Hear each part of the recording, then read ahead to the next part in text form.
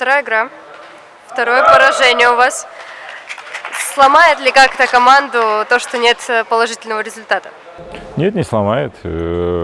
Вторая игра лучше получилась, чем первая. Сейчас немного подбираем составы, кто с кем должен играть. Сейчас познакомиться, стили игры поймем. И я думаю, в следующий раз уже будем выигрывать. Как тебе сегодняшний соперник? Хороший соперник. Молодые многие игроки бегают хорошо. Нам тяжелее. Скажи, он был сильнее, чем соперник на прошлой неделе или нет? Я думаю, слабее. Потому что счет более хороший, и они меньше результатов давали, то есть таких, которых хотелось бы. Прошлый соперник больше нам понравился. Скажи, почему все-таки соперник позволил вам в конце игры забивать? Устал, наверное, побольше, чем у нас больше игроков на замену. Мы более отдохнувшие, более свежие. Поэтому в конце, конечно, мы как в прошлой игре, так и в этой, то есть даем лучший результат, чем в начале игры.